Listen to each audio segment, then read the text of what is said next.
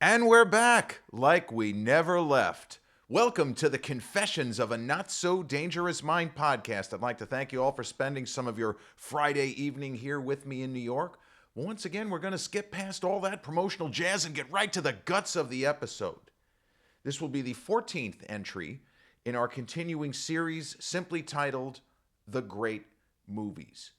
And I'm a little bit excited because I get to talk about two of the great stars in the history of cinema in a movie that almost feels miraculous that they were able to get this cast together at this particular time. And this movie has often been called the greatest Alfred Hitchcock film that Alfred Hitchcock did not make. But it has a sense of fun, a sense of whimsy, a sense of danger, and romance. The best of Hitchcock had all of those things, but this film is a little bit more lighthearted than I would say even North by Northwest, which is the film that kind of most closely is in the ballpark as this film. It marks Cary Grant's final conventional leading man role opposite a radiant Audrey Hepburn.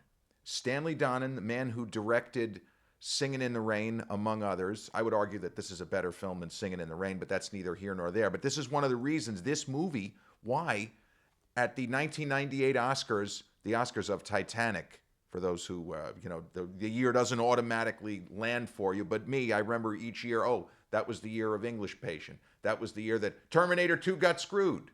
That was the year that Clint won for Unforgiven.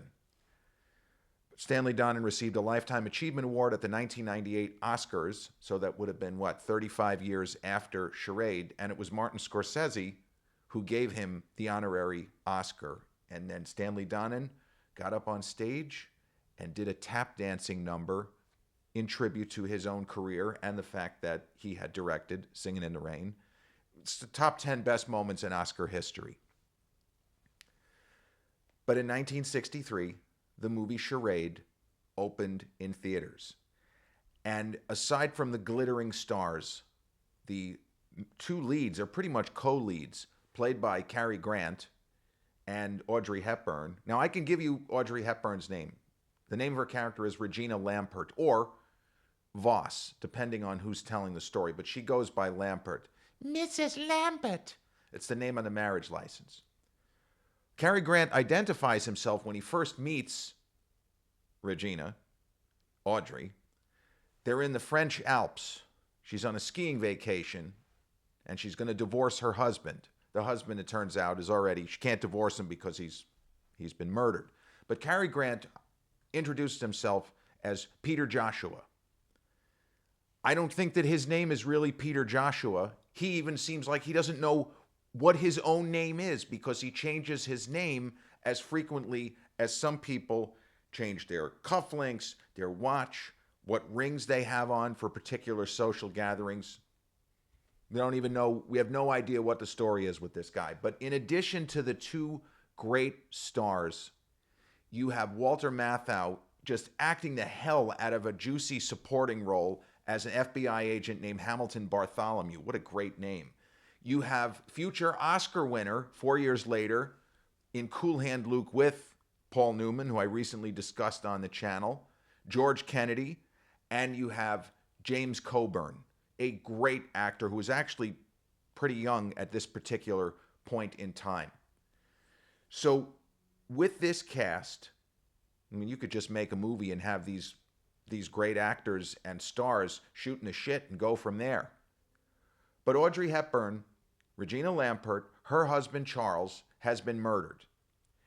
And the French police don't know that much other than the fact that they are convinced that Regina Lampert has $250,000. Now, this is $250,000 of ill-gotten money.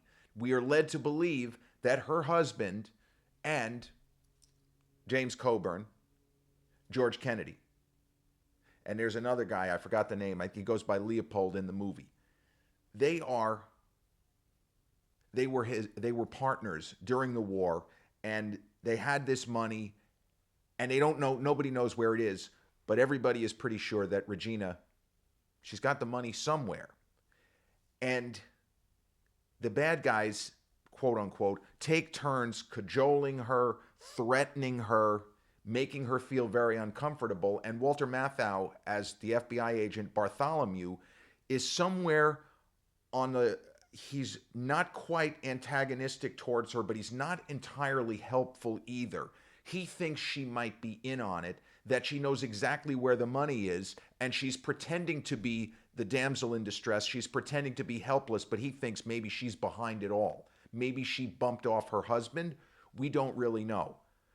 But luckily for Regina Lampert, we have the dashing 60-ish, I guess Carrie is supposed to be playing his real age, Peter Joshua to the rescue to guide Regina through these very, very trying and difficult times. Well, maybe they'll fall in love, but maybe they won't, because maybe Peter Joshua is actually working with the gang of bad guys. Maybe he's actually the ringleader of that posse. And each of the names in the cast, whether it's George Kennedy, whether it's James Coburn, whether it's Walter Matthau, they all have moments where they show why they had such big careers in the movie business. I mean, George Kennedy could play funny, as we saw with The Naked Gun. He also could play an apparent antagonist turned best friend in Cool Hand Luke. And in this movie, he plays Menace. And he plays Menace amazingly well. I mean, he could have gotten a supporting actor nomination for what he does in this film. And Coburn is a live wire. For people who only know him as a much older actor in the 90s in movies such as Affliction, for which, speaking of supporting actor, he won a supporting actor Oscar opposite Nick Nolte in a very, very depressing movie. Oh my God. That's 2 hours of my life that I hope that I never have to revisit. What a downer of a movie. It's like $1 Million Baby if it was just about a guy who, I don't want to say, it's just really, really depressing movie. But Charade is in a similar vein to another Cary Grant classic, although this is a better movie, To Catch a Thief, with Grace Kelly, and that was shot on the French Riviera. It's the movie that was responsible for Grace Kelly leaving the movie business while still in her middle 20s. She met Prince Rainier, and before you know it, she's the Princess of Monaco. If you ever wondered why Grace Kelly, you'd sometimes say, why do they call her Princess Grace? Because she was a princess. She married a prince. You know, it's like Spaceballs. I'm a princess. I have to marry a prince. Well, in her case, she was Grace Kelly, and she married a prince, and she became Princess Grace. But To Catch a Thief, 1955, Alfred Hitchcock, right? In some ways, if you mix To Catch a Thief with North by Northwest, not that you would get Charade, but that's the kind of tone that this movie strikes. There's menace and suspense and danger and romance. But To Catch a Thief is a film about two movie stars. See, you don't need to get bogged down in all of the gobbledygook about, okay, Cary Grant was a jewel thief, and Grace Kelly is loaded, and the mom, and all of this nonsense, and maybe Cary Grant's character of John Roby is back in action. It's a film about two movie stars. Cary Grant looks great. Grace Kelly looks sensational, and let's go make a movie. Charade. For all of the maneuverings of who has the money, where's the money, is Regina Lampert as helpless as she seems, or is she actually the smartest person in the film? Or maybe she just honestly doesn't know. But for all of the contortions of plot, for the endless flirtation between Cary Grant's Peter Joshua or Brian Canfield, Alexander Cruikshank, I forgot all of the different names. You know, it's like, speaking of Al Pacino in Devil's Advocate, I have so many names. Or as Al says, oh, I have so many names. Cary Grant in this movie has a lot of names. But for all of the maneuverings of plot, who has the money? Are Cary Grant and Audrey Hepburn going to hook up in the world of the film, or is it all just going to be implied? And doesn't he kind of look old enough to be her grandfather? Are we allowed to say that out loud? He kind of does. Audrey looked a lot younger than her actual age. I think she was already in her early 30s. She still looks like a kid. She looks like a kid. She looks like she's 21 or 22 years old. If you don't know who this is, there's no way you'd say, oh, yeah, she's in her 30s. No way. And Carrey had let his hair go gray. So he's still a great looking dude. He looks like he's about 60. This is a film about two movie stars. This is a film about two of the greats teaming up, and they look like they're having a blast.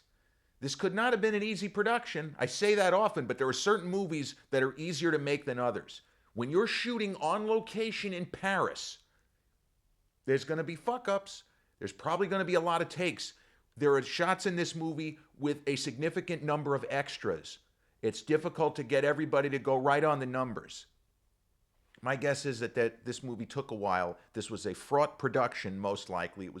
It's just not easy, but the actors all look like they're having fun. And Matthau, although Matthau doesn't really spend any time with certain members of the cast, he looks like he's having the time of his life. And Walter Matthau was the kind of actor usually played, I don't even know that I would use the word heroes. He played more good guys than bad guys. He is somebody who was magic on screen. Didn't have the leading man looks, and you could argue that he's the most normal looking, huge movie star in the history of Hollywood. He's close. If he's not number one in what I just said, he's in the top three. He was an enormous talent, very versatile, resourceful, and in the right role, he just lit it up. And this movie gives him an opportunity to show everything that he could do. He could do deadpan, he could just be funny, he could be dead serious. He does it all in this movie, and he also seems to be having a great time. And he's not doing it in a scenery-chewing sort of way. He knows it's a great role, and he runs with it. His enthusiasm is infectious, and it's the same with the rest of the cast. Everybody just decided we're just gonna nail this. We're gonna nail every scene. And it's a long movie. It's over 2 hours, and there are a lot of what you would call lengthy dialogue scenes, but the dialogue snaps. It really snaps. And not surprisingly, the writer of the movie Charade is Peter Stone. Now, if you don't know the name, he won an Oscar, he won an Emmy, and he won a Tony. Think about the trifecta. Somebody who succeeded on stage, TV, and motion pictures. Peter Stone was a master. And his screenplay here is so good, and the dialogue feels so vibrant and real, even for the day. We kind of got away with some stuff in this movie, as Hitchcock was able to in North by Northwest. The scene on the train where Eva Marie Saint and Cary Grant, I don't think they're really talking about what they're purportedly talking about. They're talking about sex in the guise of, well, I don't discuss love on an empty stomach or whatever. But there are lengthy dialogue scenes, and yet somehow this film is never boring. It flies by in seemingly half the time. And part of that is because the actors are so engaging that we really want to find out, how's this going to turn out? Where's the money? Who has the money? Is there any money? And the way the movie handles the is there any money angle, it's pretty ingenious. And I would defy anybody the first time through to figure out what's gone on, what's happening, and how is it all going to turn out? And this is not a movie that I'm going to spoil in any way. I'm not going to give you any more plot movements or what have you. This is a film to seek out and to treasure. It is not 94% on Rotten Tomatoes by accident. I mean, anything in the 90s, even if it doesn't seem to be in your, the kind of movie you think you would love, if it's in the 90s, the odds are that you're going to enjoy it. Now, something that is nothing to do with the film itself, but more from the historical perspective. This movie is in what is known as the public domain. That means that virtually anybody can strike up a print and stream it online or sell a DVD.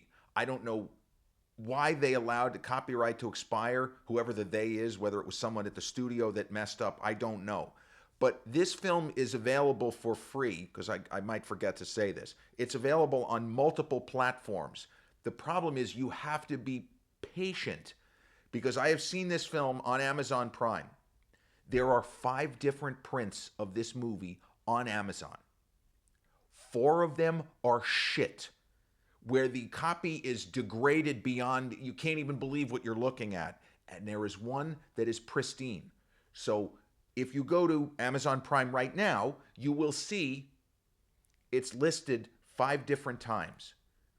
You might knock it out of the park the first time and you got a 20% chance if there's 5 different, you can click 5 different versions of this film. It's not the same movie, it's just a print. You have to wait and make sure you find the restored print so that you can really enjoy the film, because the scenery is breathtaking.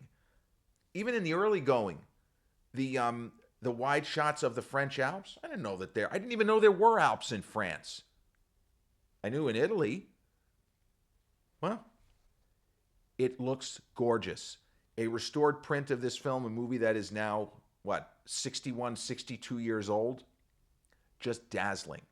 And there are also moments, there's a scene where Carrie and Audrey are on a boat. And this is what I'm talking about when I say how difficult movies with this number of extras and secondary people in the film to get everything right. It's easier when you do a couple of locations and only have 3 or 4 actors on screen at the same time. This movie doesn't do that. This is a huge production. I mean, nowadays, this would probably be $150 to $200 million budget if you had this level of big stars, like the movie that Christopher Nolan is working on. It's going to be one of the great casts ever. But Cary Grant in this movie is not asked to do anything that we haven't seen him do. And Audrey, same thing. She doesn't break any new ground here. She doesn't get to give she gives a comedic performance. Although there are moments where her character, not many, that's a mild spoiler, where her character is in danger. Her character comes across as so confused and bewildered for most of the film, it translates into laughs. And it is funny, and it's a really solid performance by her. And Cary is trading off of his name and his reputation, but he has great chemistry. I would argue he has better chemistry with Audrey than he did with Eva Marie Saint in North by Northwest, as much as I mean, that's one of the greatest movies ever made. Certainly the most entertaining film that Hitchcock ever made. And I feel like that's Cary Grant's best performance. Maybe flip a coin between that and The Philadelphia Story. Wasn't nominated for Oscar either of those movies, which is a travesty. But the fact that he never won a Best Actor award is insane. But that's neither here nor there. But Cary has a way, though. He just has such a presence on screen that what he does with his face, because there are moments in this film where we're really not sure what his deal is. And to be truth be told, it isn't until the very end of the film, this is not a spoiler, that kind of we realize exactly what's gone on. Okay, this person knew this at this point, and so on down the line. But Audrey does shock really well in this film. And there is a kind of, if you want to look at it this way, there is a little bit of a sadness from the fact that she wanted to have another conversation with her husband. She was gonna, and then suddenly he's gone. It's like there are things that were left unsaid between them. Also, not something that really hit for me the first time I saw this movie. I was 19 or 20 years old. But you get older, and anytime somebody says something in a movie like, I have to tell my husband that I'm divorcing him, and then the next thing you know, he's gone, and you just sort of like, well, holy shit. This is not what I thought. I never in a million years imagined that this would happen. So without spoiling it, the way the film wraps up with 2 enormous surprises in pretty rapid succession. And not surprisingly, it tightens the noose in such a way that we are pretty sure that a certain character is crooked. And we're not contemplating a different character as being crooked. And there is an enormous surprise when it turns out what's the story with the $250,000. and there's a little bit of a 10 Little Indians aspect because everyone is looking for the same thing and trying to figure out what's going on, and people start turning up dead. And this doesn't seem to be going in such a kind of grim and suspense thriller direction, but the movie does go in that direction, and it kind of climaxes with an action sequence, and for Audrey, mild spoiler, a bit of a Sophie's choice. Just a little bit of a Sophie's choice. Obviously, this is 15 to 20 years before Sophie's Choice, but one of those moments where it doesn't even have to be a character in a movie, but we say a character in a movie, the heart tells you to do this, but your brain tells you to do that. Is the heart or the head going to emerge victorious? And it's a really beautiful moment, and it's a very Hitchcockian moment.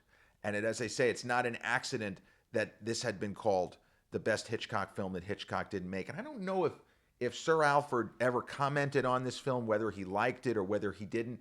I remember reading the film historian and theoretician Robin Wood. Robin Wood was one of the first film critics, film historians, to put Hitchcock's work on the exalted level of the other masters such as Orson Welles, John Ford, Howard Hawks. There were a lot of people that thought Hitchcock was just a brilliant technician with, he made entertaining films, nothing more. And people like Robin Wood said, no, you're completely wrong. He's a peer of Welles. Said anybody who thinks that all he did was make entertaining films are not watching them closely enough. But Robin Wood was not a fan of this movie. He did not like it. And he's one of the few main people who wrote about movies, who talked about movies that did not like this film. He called it a shallow pastiche, meaning it tries to be Hitchcockian, but it just fumbles the ball. I completely disagree. And when I first saw this movie on a pretty lousy VHS copy, probably one of the things that's on Amazon Prime is the lousy VHS copy. But I loved it the first time I saw it. I couldn't believe that I hadn't heard of it until I was 19 years old. But when I was 19, the internet didn't really exist, or if it did, only a few people had Earthlink or Mindspring accounts in 92, 93, and information just traveled slower. I'd seen North by Northwest, I had seen Psycho, I had seen Rear Window, and I had seen Vertigo. And I remember I was in a video store and I see, that's Audrey Hepburn and Cary Grant. Yeah, bro, it's Audrey Hepburn and Cary Grant. So I would say I probably watched Charade 10 times from start to finish. And the title of the movie has a double meaning. I won't go any further. It is not just an accidental title. If you imagine the game of Charade, what does it entail? Did you ever play it? I think I played it only maybe once or twice when I was a kid. It wasn't really that interesting. But in the world of the movie, the title makes perfect sense. And yeah, there's big twist. So there's what's the story with the money, the action sequence, the Sophie's Choice, and then there is another crazy twist at the very end of the movie.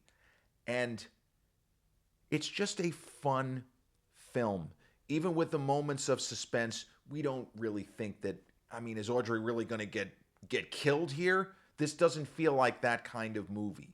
Whereas later in the decade, when she did Wait Until Dark, where she plays a blind woman being menaced by a bunch of real miscreants, that's different because her character in that film is not just pretending or acting. She really is scared. She really is vulnerable. And it's more or less a horror movie. It's a horror movie in every sense of the word horror, to try to imagine somebody without the power of sight and people looking to take advantage of her and potentially end her life. That's a great Audrey Hepburn performance. This is her having a good time and looking great, wearing all of the designer outfits of the day and then some, and just being immensely likable. She and Carrie both, they just had such a way. There aren't that many actors and actresses over time that could do anything approaching what the two of them did.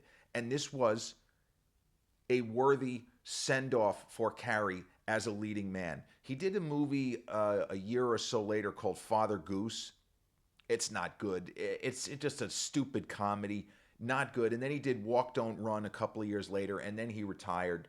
Um, Carrie is another one who retired young. He was, I guess he was about 62 or 63 when he called it a career, somewhere in that ballpark. Not everybody wants to work until the end of their life. And in the case of Carrie, he and his wife at the time, Diane Cannon, they had a daughter, Jennifer, and Carrie had made enough money. He was probably tired of sitting in trailers all day and, and doing that. So he walked away, never came back. He didn't like Joe Pesci walked away and then came back for The Irishman. Cary Grant wanted to be a dad to his daughter. He took her around the world. She met, I don't even know how many presidents of the United States Jennifer Grant met, but he was happy. He was happy not being in the movie business anymore. And his legacy is still beyond almost anyone who ever worked in Hollywood. Because back in the day, they were assembly lining and turning out 3, 4, 5 films a year, if not more. And most of the movies with Cary Grant, even if the scripts weren't great, they're watchable because of him. Kind of trifles like The Bachelor and the Bobby Soxer with, I think, Shirley Temple. There was a certain level of quality, a kind of floor, a quality floor. If Cary Grant was in the film, you knew that you were probably going to get something entertaining. Just had the magic. He was just one of those people, as was Audrey Hepburn. Now, Audrey Hepburn had not worked for, I don't know how many years. I feel like Robin and Marion, if it wasn't her last film until Spielberg, I don't even know how, talked her out of retirement for what became her last appearance on screen. But she's just one of those special people. And Spielberg had wanted to work with her. It probably was one of his goals in life. And he had this small role for her in the movie Always, which it's okay, but it's not worthy of Spielberg's talents. Really well shot. Basically, it's a love story. Richard Dreyfuss and Holly Hunter, Brad Johnson, who looked like he was going to become a bigger star than he did. And Audrey Hepburn plays a kind of a spiritual guide or an angel. Her scenes are all, I think, with Richard Dreyfuss. And, Audrey wasn't very old when she passed. She was in her, 61 or 62? She died of cancer. She was somebody who, similar to Paul Newman, her life's work was trying to help others. And she was in the middle of nowhere giving money and giving her time to help feed hungry children. All of these things we used to see on TV, 5 cents a day can help feed a child. Audrey was right in the middle of it. There was no glamour and no glitz. All she wanted to do was make people smile in movies and then by extending a helping hand to those in need. She was just, I don't think anybody ever had a bad word to say about her. Like Audrey Hepburn was just one of those special people, as was Paul Newman.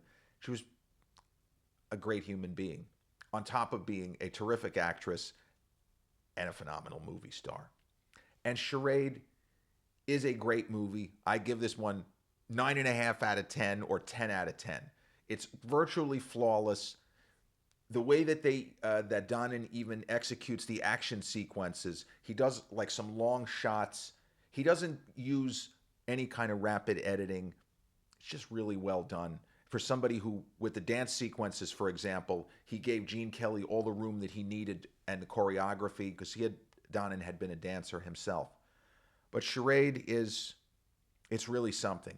And people want to say, okay, I liked Rear Window, I liked North by Northwest, what else, what kind of movie in a similar vein would you recommend? This is the movie that I would always throw out there. I don't know anybody who has seen this film that does not really like it.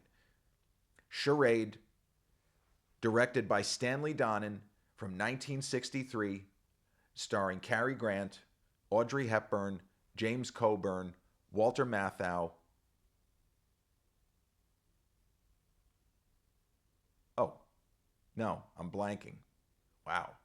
James Coburn, Walter Matthau, George Kennedy. See that? Too many colliding thoughts, but I remember George Kennedy. This has been episode 436 of the Confessions of a Not So Dangerous Mind podcast. I'd like to thank you all for spending some of your Friday evening here with me in New York. And if you check out this episode on the YouTube channel, haven't done so already, please click like, subscribe, comment, share. turn on those notifications. Or if you catch this episode on the audio platforms such as Podbean, Spotify, iTunes, or the others in which we're hosted, same general rule applies. Click like, subscribe, share, and turn on those notifications. I'll be back with a new episode real soon. Till then,